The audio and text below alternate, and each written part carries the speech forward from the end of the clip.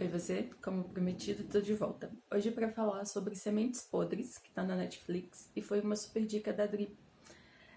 Eu assisti ontem, me emocionei, me diverti bastante, gargalhei horrores. E o filme tem 1h45, foi roteirizado, dirigido e protagonizado pelo Queiron, que ele nasceu no Irã, mas ele se naturalizou na França. É um comediante bem conhecido, tem canal no YouTube, então depois se vocês quiserem dar uma olhada. E tem a Catherine Deneuve, tem mais um punhado de atores e atrizes bem interessantes que eu não conhecia, mas que eu gostei bastante do trabalho. Da cena que mais me impactou, assim, que foi uma cena em que o personagem ainda pequeno, não cita se é o Irã, só que o personagem do filme também, ele vem de um desses países, ele teve os pais assassinados pela guerra entre religiões, né? E ele ainda é pequeno com a personagem que seria a Catherine Deneuve no futuro. Ela é uma freira que acabou adotando ele, levando para a vida dela.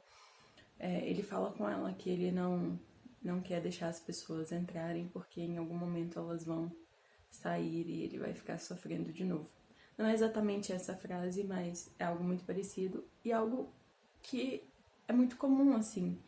Pelo menos pra mim, eu já ouvi isso algumas vezes, inclusive em filme. Tem o da Todos os Garotos que Já Amei, a Lara Jean, também um filme da Netflix, que é baseado em livro. E que ela diz, tem uma cena que ela diz que não quer deixar as pessoas entrarem, porque quanto mais gente entrar, mais gente vai sair depois, e isso vai ser muito doloroso. Eu mesmo já passei por isso, de ter pessoas, ver pessoas saindo da minha vida e saindo da vida das pessoas. Tem até uma outra frase bem clichê que dizem que quem sofre mais é quem fica.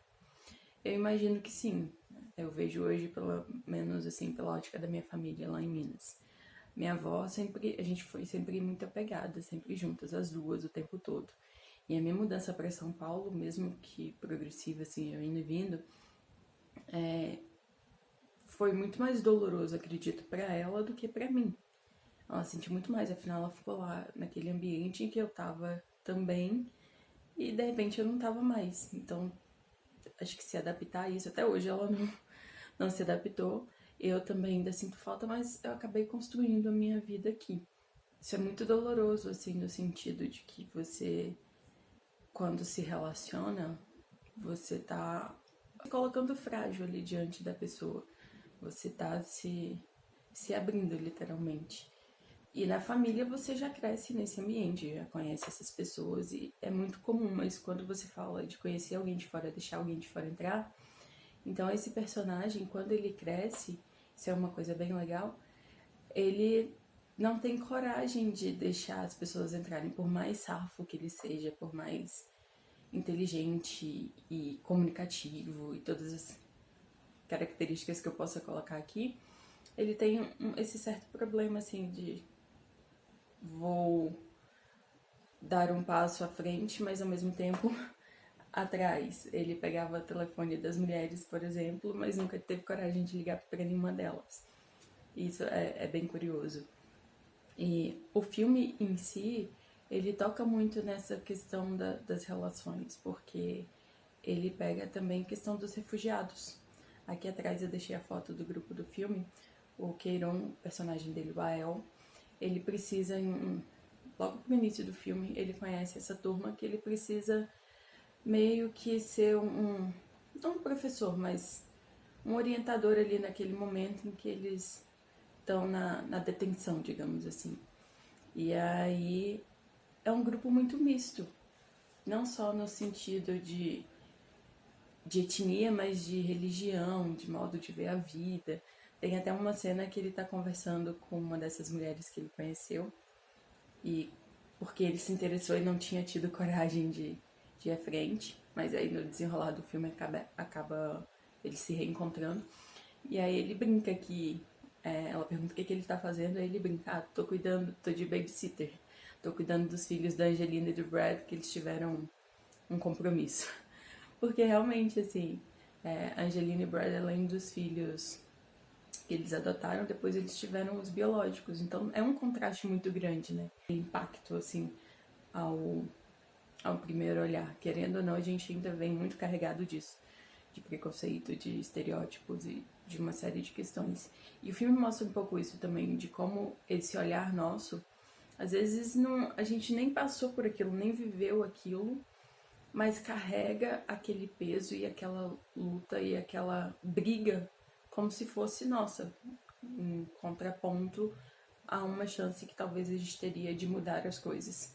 Tem dois personagens que no momento tem esse trecho de conversa onde eles falam, mas começou com meu avô, que depois levou pro meu pai, que depois levou pra geração futura, né, e chegou em mim.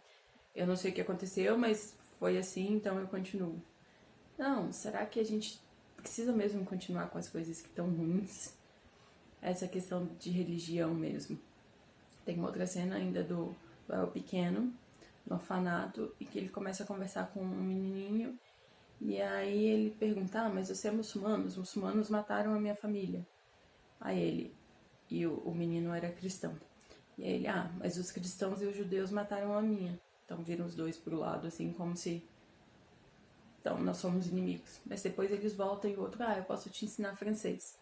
Então, é um filme que mistura muito o drama e a comédia, que você se diverte. Eu gargalhei horrores, mas me mijei de tanto rir, na verdade.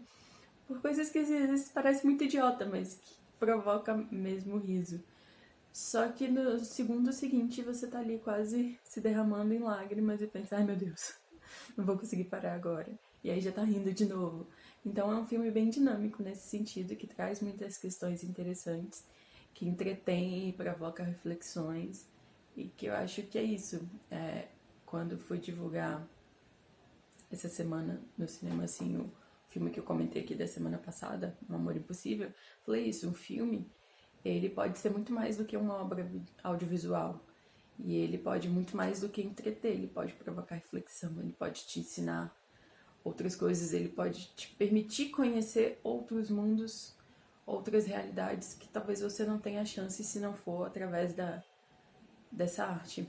Então fica aí a dica, tá na Netflix, 1h45, que passa assim, voando, e bem divertido, bem interessante, e é isso. Compartilhem com outras pessoas que vocês acreditem que possam gostar, porque é um filme que vale a pena também ser assistido e divulgado.